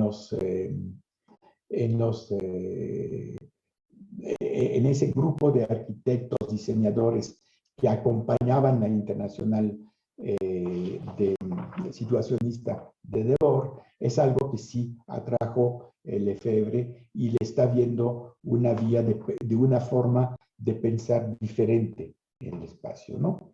En ese sentido, la arquitectura debe solo permitir el placer, ¿no? no lo puedo realizar. El placer se realiza a partir de la acción humana, la forma en la cual vamos a poder expresar nuestros sentimientos aprovechando ese espacio que fue construido para darnos unas condiciones de goce y de disfrute. Por ejemplo, una casa bien iluminada, una casa de colores adecuadas, una casa confortable térmicamente, son todos elementos que obviamente conduce y concurren a lograr un gozo dentro de la casa. De hecho, hablando de traducción, y con eso termino, el texto en francés, el manuscrito, se llamaba Pour une architecture de la jouissance. Jouir es por una arquitectura del disfrute, del gozo, ¿no? En español lo han vuelto arquitectura del placer. También podemos discutir esto. Les comento, ya se lo he dicho, Lefebvre es muy difícil de traducir. Lefebvre tiene obviamente un amplio vocabulario filosófico, pero también un amplio vocabulario para expresarse y eso resulta para un traductor extremadamente difícil porque a veces no coinciden las palabras en el mismo idioma y ese tipo de textos traducidos a otro idioma puede provocarnos ligeros problemas como la primera parte de la producción del espacio. Bien, termino acá, nos quedan 20 minutos, eventualmente podríamos tomar unas preguntas. Esas preguntas entiendo que Emilia, que está con nosotros, las ha rescatado en alguna forma. Emilia, si te puedes poner el micrófono. Veo que Virginia Betancourt les ha dado ya la referencia del libro de Matos y de Felipe Linke. Muchas gracias, Virginia. Hola, sí. Hasta el momento solo Urbano Loren en Facebook pregunta, ¿en alguna de las tesis el autor refiere la fragmentación de la ciudad y cómo hacerla visible? Me parece No, que la es para el verdad. doctor Gasca. A ver, Jorge, te dejo la pregunta, quizás le agrego algo después. ¿Sí se escucha? Sí, sí, gracias. Creo que tenemos un poco de problemas con la transmisión, como que se corta un poco, pero bueno, para dar respuesta a esta inquietud, no nos dejó los datos quien hace la pregunta, pero pues tendría que decirse que precisamente en esta parte, este apartado llamado contradicciones del espacio y el espacio diferencial, justamente ahí hace referencia a cómo se da esta presencia de niveles espaciales, ¿no? O el público, al que le llama global o general, y también le llama a nivel macro o macrosocial, el nivel privado, que él le llama microsocial, y un nivel mixto, que le llama el medio.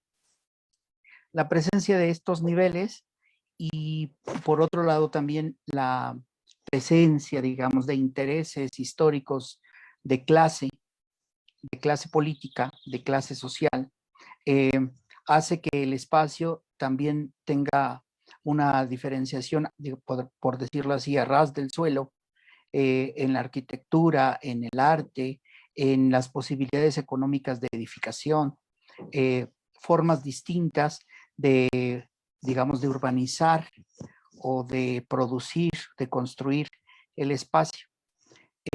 Esto lo tiene presente Lefebvre pues a lo largo de todo el trabajo y lo estudia, digamos, con recursos tanto históricos, económicos, políticos y sociológicos. Entonces, si se puede decir que esta diferenciación del espacio trae como consecuencia y sobre todo en el paso de la ciudad a la metrópolis y a la megalópolis, trae una fragmentación del espacio. Lefebvre hace referencia a la presencia de la gran ciudad, ¿no? No recuerdo que hable de las metrópolis en el texto. Desde luego que ya hay presencia de metrópolis a lo largo del mundo, pero quizá esta distinción entre la gran ciudad y la metrópoli, bueno, no es parte de la pregunta, pero sí es parte de esta asunción, de esta manera de asumir el discurso y los fenómenos propiamente europeos que son, pues son parte de la exposición que usa Lefebvre a lo largo de su libro. Entonces, la inquietud de la pregunta es, ¿cómo hacerlo visible? Bueno, pues podría responderse entonces así. Lefebvre lo hace visible a través de la presencia de distintos niveles, el público, el privado y el mixto, y a partir también de la diferencia de posibilidades económicas, políticas y sociales, y también de la presencia, digamos, de esta doble forma de actuación o de participación del capital en el espacio, a través del espacio público, el espacio privado y el mixto. Estas formas de expresión son entonces formas de expresión de esta fragmentación. Creo que eso podría decir en relación con esa pregunta que formularon. Daniel, no sé si quieras agregar. Sí, quisiera agregar algo. Bueno, la mayor parte de la respuesta la ha dado Jorge Gasca, pero yo quisiera agregar algo, porque me parece que la pregunta va un poco en ese sentido.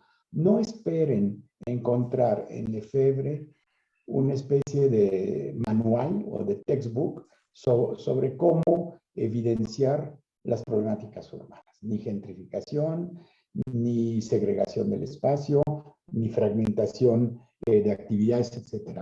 Él está analizando finalmente un proceso de producción del espacio, explica cómo se produce el espacio finalmente, ¿no? Y esa producción es no solamente material, sino también hay una producción inmaterial del espacio, ¿no? Bien, esa es una cosa. Ahora, si él le reclama, estaba pensando mientras Jorge hablaba, revisando de lo rural urbano y algunas partes de la producción del espacio, Lefebvre es muy duro contra la planeación, ¿no? Y la división de los espacios. Es decir, la funcionalidad del clásico urbanismo que saca su plumón de color y le pone rojo porque esa es una habitación, verde porque es verde, pues obvio, azul porque es agua. Él lo critica el ordenamiento, critica la planificación, el ordenamiento menos, a esa escala no se mete, pero sí lo que nos explica es que una lógica de racionalizar el espacio, porque es la única forma que el poder se puede imponer, ¿no?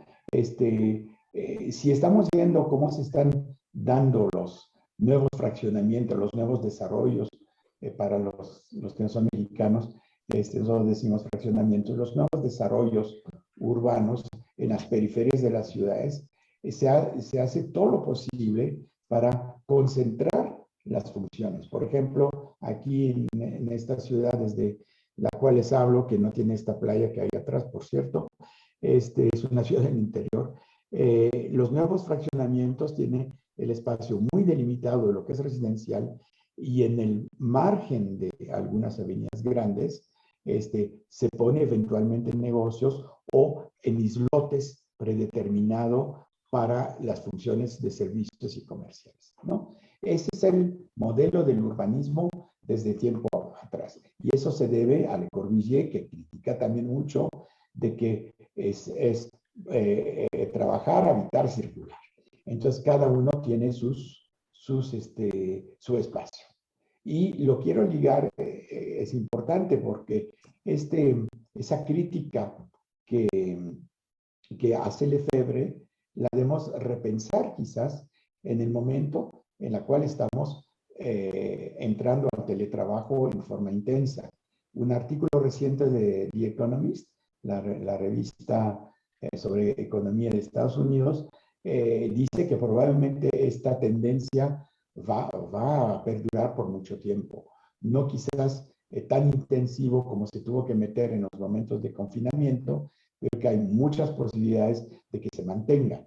Y eso nos hace pensar si es bueno o es malo, ¿no? Hay factores positivos, factores negativos. Quizás es mejor para ciertos aspectos tener un espacio para la función de trabajo y un espacio para la función de vida, pero eso nos obliga a movernos. Entonces, el argumento a favor del teletrabajo, la gente dice, ya no me muevo todos los días, no hago 2 horas de transporte, ¿no? En la mañana y 2 horas en la noche. Entonces, en alguna forma, de esa manera, Lefebvre ha puesto toda una serie de elementos que nos permiten analizar las ciudades actuales, pero no nos da un manual, ¿no? Eso que quede muy claro, está a un nivel filosófico, a un nivel de análisis de procesos, pero no a nivel de manual. Pero sí trata esos temas en alguna forma y de repente nos da ejemplos, como lo que les decía, la gentrificación, que no llama gentrificación, del barrio de Le Marais en París, ¿no? A ver, veo que hay otras, no sé si Jorge, estás viendo Sí, hay una pregunta, perdón, mira, que yo creo que es parte de lo que expusiste y comentaste ya de manera pues un poco rápida ahorita, tal vez podrías profundizarlo. La pregunta es, ¿cuál es la relación entre arquitectura doméstica y placer en tiempos de pandemia? Sí, es que bueno, ni siquiera en tiempos de pandemia, yo creo que es un problema general. Nuestra arquitectura, sobre todo cuando tiene restricciones económicas muy fuertes, es decir, hay que planificar casas en 60 metros, pues no sale de unos patrones que se asemejan a lo que se venden en Estados Unidos en los drugstores, ¿no? Se venden unos libros con planos, ¿no? Y finalmente, si vemos todos los fraccionamientos, tienen la misma racionalidad, y no solamente de usos, sino la racionalidad constructiva. Como estamos cada vez más prefabricando, pues los muros de carga tienen que estar en cierto lugar, las descargas y aducciones de agua, la aducción de luz, etcétera, en ciertos lugares, y nos lleva a modelos que no son nada orientados al placer, sino a la ganancia, ¿no? Y eso no solamente es en tiempos de pandemia, pero sí es cierto que se exacerba en tiempos de pandemia la necesidad de que el espacio de vida sea un espacio de placer y de, digamos, de disfrute de la vida, vamos hasta allá, pero no se vuelva un espacio de trabajo que inhibe lo demás. Y aquí hay una discusión vasta que hay que hacer, ¿no?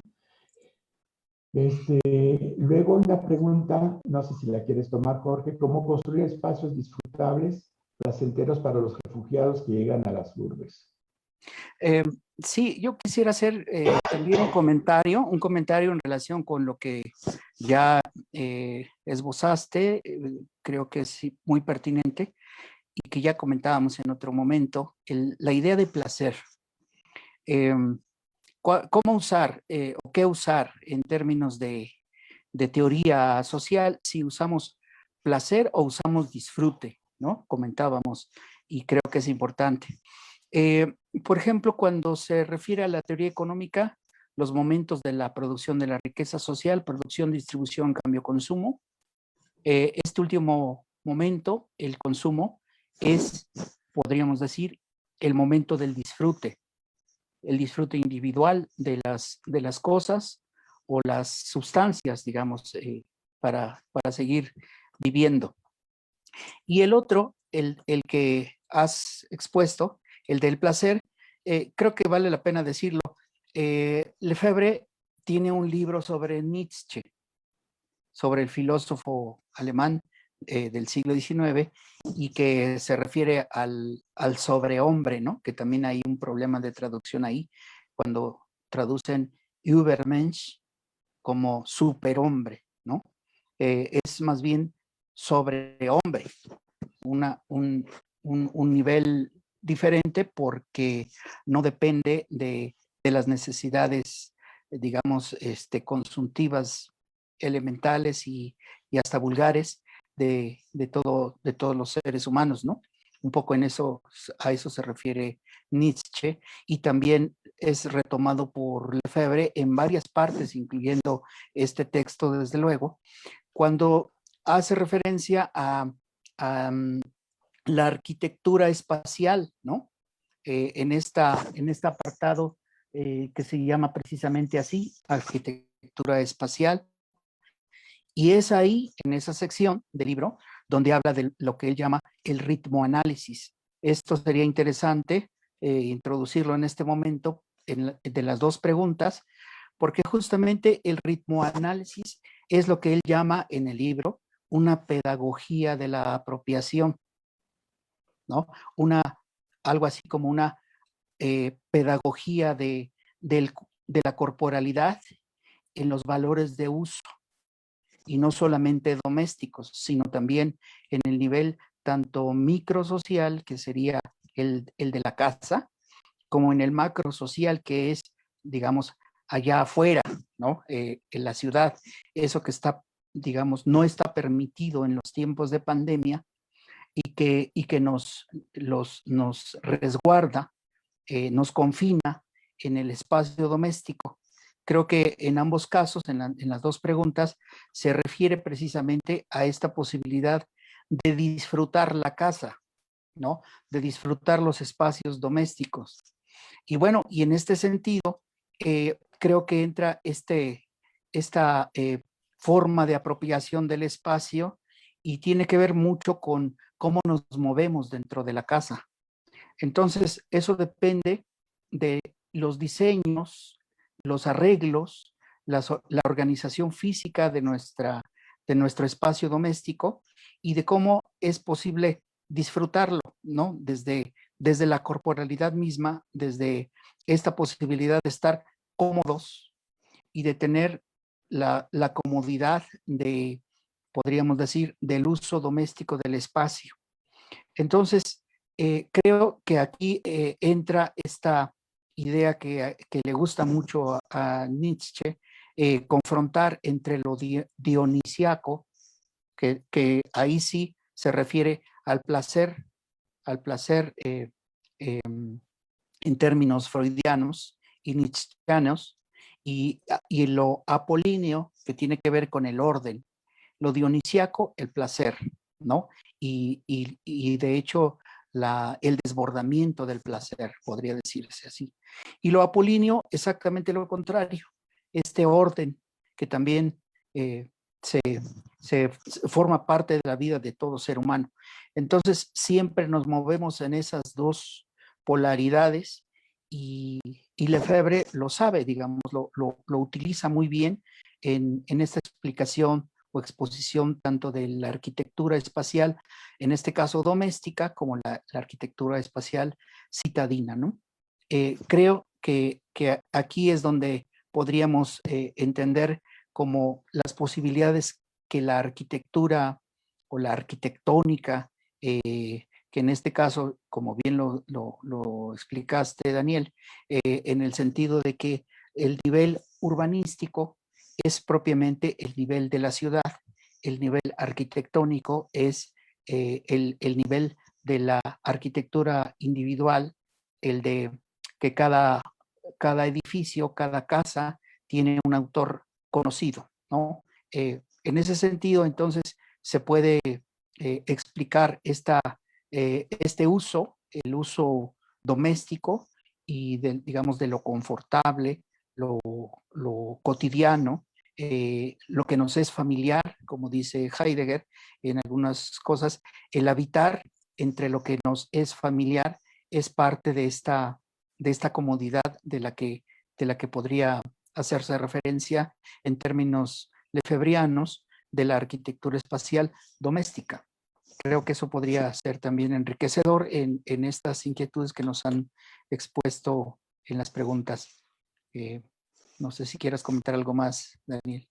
Mira, estoy viendo que ya estamos al final del tiempo, pero hay algunas preguntas, Virginia Betancourt, sobre espacios disfrutables para refugiados, Rosa Martínez sobre los espacios turísticos en particular, Ángel nos pide abundar sobre la crítica a la visión anglosajona de gentrificación, y Alfonso Valenzuela, que pregunta sobre el planteamiento del Lefebvre de la necesidad de elaborar la noción de espacio-tiempo.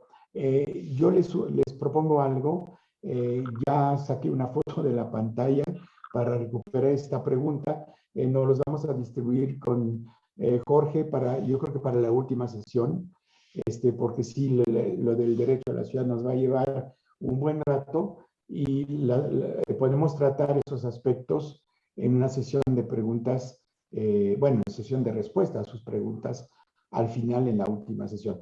¿Te parece, Jorge? Sí, está bien. Está Perfecto. bien.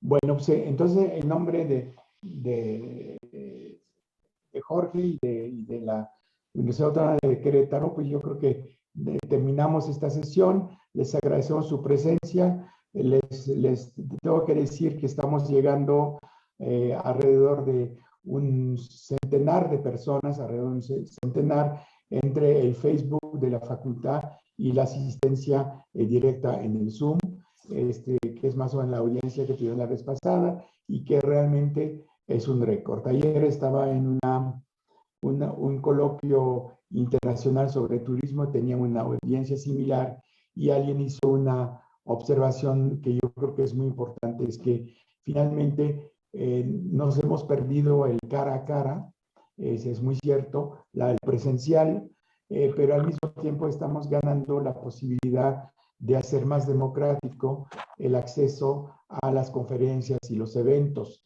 que muchas veces los alumnos se quedaban aislados de este tipo de eventos porque no podían viajar, no podían pagar, etcétera, no se transmitían, y solamente en pocas ocasiones se usaba las técnicas audiovisuales para recuperar esto y guardar las memorias visuales de los eventos. En ese caso, no solamente es la posibilidad de la memoria visual, pero la posibilidad de participar inclusive, ¿no? Entonces yo creo que es una cosa muy importante. Les agradezco mucho a todos su participación. Nos veremos en 15 días, ¿se acuerdan? Es la sesión sobre derecho a la ciudad, que es un tema que también sacó Lefebvre en su tiempo de forma muy precursora, como muchos otros, como estamos viendo en estas dos primeras sesiones. Les deseo una buena tarde, muchas felicidades por estar acá, se lo agradecemos, y nos veremos pronto. Muchas gracias, Daniel. Solamente agradecer a los colegas, estudiantes, profesores y amigos, simplemente que se han conectado por el interés de estos temas tan importantes, y que desde lugares tan distantes se han conectado con nosotros, ¿no? Cercanos y distantes. Entonces, de otros países, pues les mandamos saludos desde acá, desde México, y pues nos da mucho gusto que se conecten con nosotros y establezcamos comunicación. Y pues muchas gracias, Daniel, a la UAC y a los compañeros que se conectaron. Gracias a ti, gracias a los técnicos que nos apoyan en estas sesiones. Gracias también a ellos.